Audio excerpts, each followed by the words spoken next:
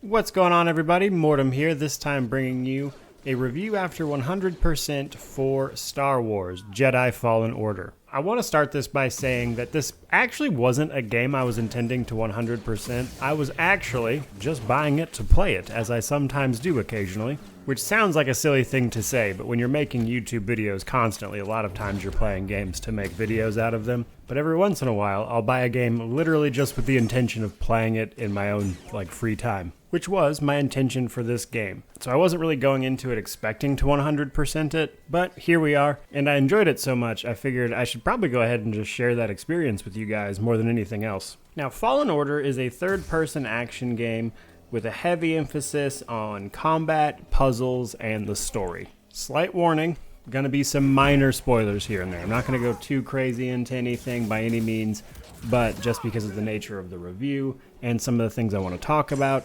gonna be some spoilers here and there if you haven't played the game yet. So, Fallen Order takes place about 5 years after Order 66 was executed, which puts it in between episodes 3 and 4 in the timeline of the movies. As is pretty widely known at this point, you play as Cal Kestis, who was like a preteen, roughly, when all of this went down with Order 66. He managed to survive, but his connection with the Force seems to have taken a hit as a result, and he's been hiding on a planet called Braca, and the story kind of takes off from there as he basically rediscovers being a Jedi. Now, that's all I really want to say on the story. Like I mentioned, I don't want to spoil it too much because the story's honestly really good. And the main thing I want to talk about in regards to the story is how I appreciated that it was grounded in real human reactions to things, which is kind of a strange thing to say in, a fantasy setting where we're in space, but also where there's aliens and things like that walking around. But my point is that a problem is pointed out as we go through the story, and some characters have a natural,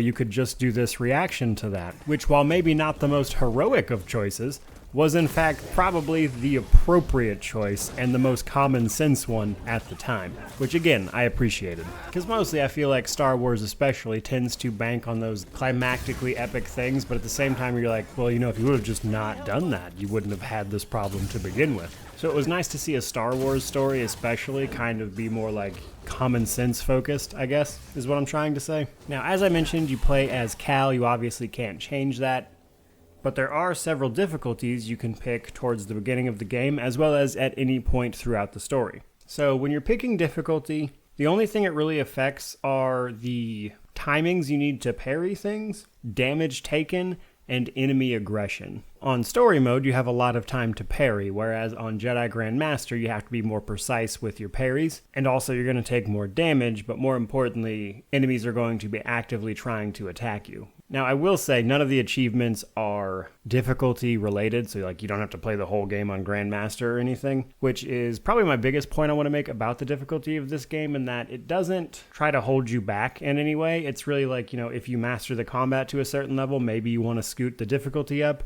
or if you're having too hard a time, maybe you want to scale it back. It's not trying to impede you in any way. The game seems pretty focused on you just having a fun time with lightsaber combat, which, honestly I appreciated, especially in a game I initially picked up to just have fun with. Overall, the difficulty isn't super important because, as I mentioned, it can be adjusted at any time. There are, of course, in addition to the actual difficulty, there's a couple options here and there you can change with auto-targeting and things like that to help you out.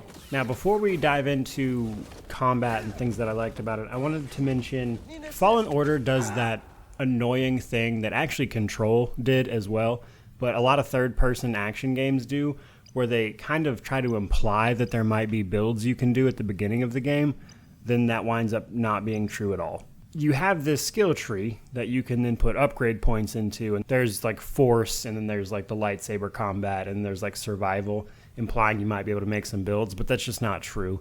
You're going to get enough skill points to get all of this at some point, and indeed, oftentimes, the game seems to expect you to do that at some point. So it's I get an upgrade tree, and maybe it's just where I play too many RPGs and I'm just builds all the time, To me, it seems like they tried to fake you out and be oh, you can make a build, but then it's it's not real. Just a thing that annoys me, I guess. Now let's talk combat. Combat is the best part of this game. I really enjoyed the story. I thought it was very good, very well done. The combat and gameplay of this game is vastly superior. which, as a guy who appreciates a good story, is definitely worth mentioning. The lightsaber combat in this game feels amazing. So when you hit things, you'll actually see the burn marks and everything from your lightsaber. You can reflect blaster bolts and kill stormtroopers and things that way, which is a ton of fun. You do get access to, in addition to a single lightsaber, you get to dual wield at one point in the game. You get a double-bladed lightsaber. So you get all those things, and you can really have fun with the lightsaber combat the way you want to have fun with it, and you can like work on pulling off combos and stuff. Really genuinely fun. And as I mentioned, when it comes to difficulty, most of it just affects enemy damage and patterns and things like that, as well as the parry timings. While it isn't super important, there is a learning curve with each enemy type. So as you encounter them, you'll parry right now, or do you need to dodge out of the way, that kind of thing. Can you kill them simply by reflecting their bolts back? Do you force push their own grenade back into them? It's a lot of fun. However, I will say that you gotta remember Cal Kestis at the beginning of the game was barely a Padawan at the time that Order 66 happened. And then throughout the game, you're never going to reach like Jedi Master levels of force power. So most of what you get to do is force push and force pull, and it's fun. It definitely helps out, but I kind of like that they didn't go overboard with the powers. And that definitely feels intentional, kind of so they could make the combat itself feel better. Because if anything, I honestly have to say, if I was like some great Jedi Master or whatever, I don't think it would have been as fun combat-wise, because they would have had to balance even more abilities. And as it is, you can get a little overpowered with the force powers you do have if you know what you're doing. In addition to all the things Cal can do, you carry around a droid who, as you play the game, you can find hacks that you can unlock where the droid will be able to hack enemy robots. I thought that was really cool. That's kind of a nice touch. It's the only thing you really get to do outside of like actually just Jedi combat, I guess. So I thought it was worth mentioning. Now I did want to mention, when you die in combat specifically, the enemy that killed you will start glowing like gold, and it's important that you hit that enemy when you go back to get all of your experience points back, because when you die in combat, you will lose all of your accumulated experience points for that skill point bar.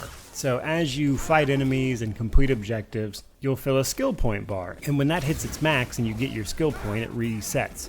And every time you die, it'll reset back to 0 for that point. So you don't like lose any points or anything, obviously, but you do have to then go hit the enemy that killed you to get your points back, which is a fun way to come into world building. First of all, let's talk about it mechanically. So as you are exploring, you're going to be coming across 5 separate hub worlds. That is to say, you get on your ship, the Mantis, travel to the hub world, and then you can explore that area.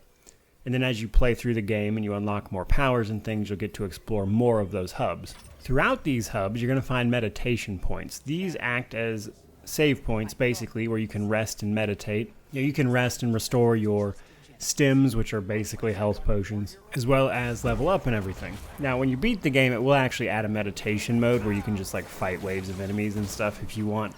But that's not really the point. So if you choose to rest at one of these meditation points, it resets all of the enemies around, discounting bosses. Now, as far as the universe and the atmosphere and everything goes, like, it's Star Wars. I think everyone mostly knows what that is at this point, but like, it's old ruins, it's hidden knowledge about the Force, that kind of stuff. It's jumping around fantastically in ways that aren't humanly possible, all that kind of stuff. And it's a fun time, it really is. They really did a good job with that. But I want to talk about level design specifically. And I hate doing this. I hate comparing games to other games.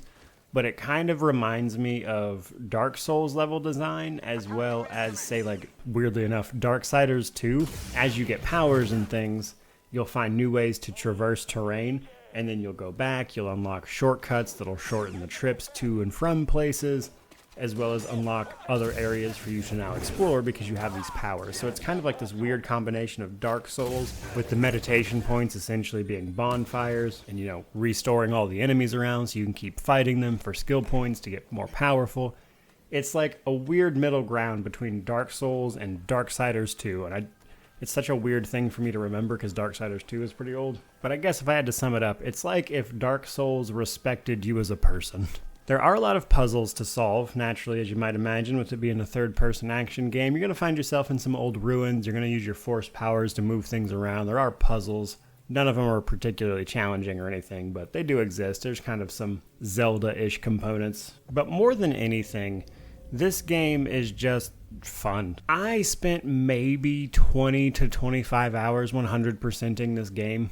That's the story, that's getting some of the weirdly specific achievements. So it's not long. So even if you had the difficulty on max, you might add a few more hours. And then I guess if you want to keep playing, there is a New Game Plus option. There is that meditation thing I mentioned where you can get like waves of enemies to have more fun with the combat. What I'm trying to say is that this game isn't trying to waste your time in any way. And I appreciate that. It's not trying to get more play time out of you if you don't want to play more of it. And it's just kind of refreshing to play a game that almost seems to be respectful of your time. And when you're done with it, you're done with it. Let's talk about a few things I didn't like though, as I do always try to include those. For starters, the other side of being a 20 to 25 hour game, it's real short.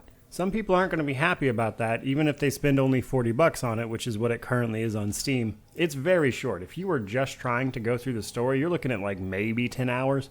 Some people aren't going to be happy paying $40 for that, and honestly, fair enough. The other thing I wanted to mention, because it annoyed me personally, there are so many cosmetics in this game. Most of what you are finding, because there's no gear or anything for you to find, you know. The gear you have is just what you have, like lightsaber-wise and everything. So there's no armor or anything like that. So what you find throughout the world as you explore and achieve things are cosmetics, mostly. Every once in a while you'll find an upgrade for like how many stems your droid can have and its ability to hack things, that kind of stuff. Most of what you find is cosmetics for you, your ship, as well as your droid. And I can't imagine they spent that much dev time on this overall, because like it's just, you know, paint, obviously. I don't know, it just feels like I would have rather them spent this on something else besides which color my poncho gets to be now, because good lord, there are so many cosmetics. Like, how many different colors do you need this dude's coat to be? I don't know, it's just weird to me, I guess. Personally, I would have preferred to find something more substantial, but that might just be me as a gamer, I guess, more than anything. I wouldn't say it's a knock, is more like, I wish they would have done something else with it personally. To wrap this up, I really enjoyed the story. I thought it was well done. It fits the universe. I had a lot of fun meeting all of these characters in the Star Wars universe, exploring that in, as I mentioned, a more grounded way. I really enjoyed the tight gameplay of this game. The gameplay is very well done. The combat is fantastic. In my personal opinion, it's a great experience for $40, even if it does have its, you know, points of being a fairly short experience, as well as, again, in my opinion, focusing way too much on cosmetics. With that out of the way, guys, truly, just thank you for watching. I truly, truly do appreciate it. The channel is growing every day. It is phenomenal. We have basically doubled since the beginning of February, which is just crazy to me. So again, thank you. May you wander in wisdom and have an amazing day.